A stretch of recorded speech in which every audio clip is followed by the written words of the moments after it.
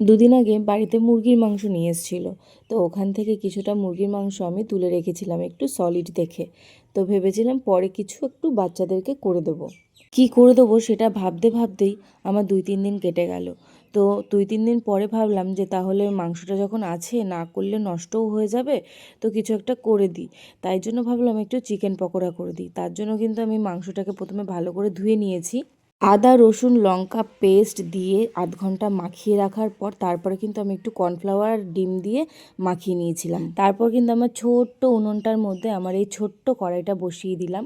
বসিয়ে আমি কিন্তু তেল দিয়ে দিয়েছি একটু গরম হওয়ার জন্য। তেলটা কিন্তু অনেকক্ষণ টাইম লেগেছিল গরম হতে, যেহেতু ছোট্ট উনুন, তো অনেকক্ষণ টাইম লেগেছিল গরম হতে। তারপর কিন্তু তেলটা যেই গরম হলো আমি কিন্তু সাথে সাথে আর দেরি না করে চিকেনের টুকরোগুলো দিয়ে দিলাম তার মধ্যে। চিকেনের এই পকোড়াগুলো কিন্তু ভাজা হতেও অনেকক্ষণ টাইম লেগেছিল, কারণ উনুনটা একদম আস্তে আস্তে জ্বলছিল, যার কারণে টাইম লেগে যাচ্ছিল অনেক। আর একবার দিলে তেলটা আবার ঠান্ডা ঠান্ডা হয়ে যাচ্ছিল, আবার তেলটা গরম হতে অনেকক্ষণ টাইম লাগছিল।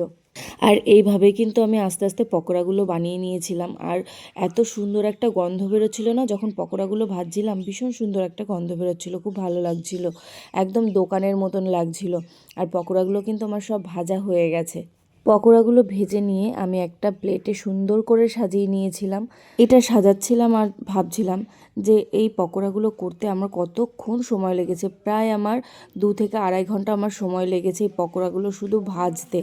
তো তোমাদের সামনে এই ছোটো ছোটো ভিডিওগুলো করতে আমার ভীষণ ভালো লাগে, তাই জন্য এই 2-3 ঘন্টা আমার সেরকম কিচ্ছু মনে হয় না, মানে কোনো রকমভাবে কেটেই যায় 2-3 ঘন্টা। তো দেখো একটুখানি পেঁয়াজ দিয়ে দিয়েছি, আর পকোড়াগুলোর উপরে কিন্তু একটু লঙ্কা কুচিও ছড়িয়ে দিয়েছিলাম, আর সাথে কিন্তু দিয়ে দিয়েছি একটু মেয়োনিজ আর একটু সস। আর পকোড়াগুলো খেতে দারুণ হয়েছিল। আমি কিন্তু ওদের কাছ থেকে একটা ভাগ বসিয়ে নিয়েছিলাম।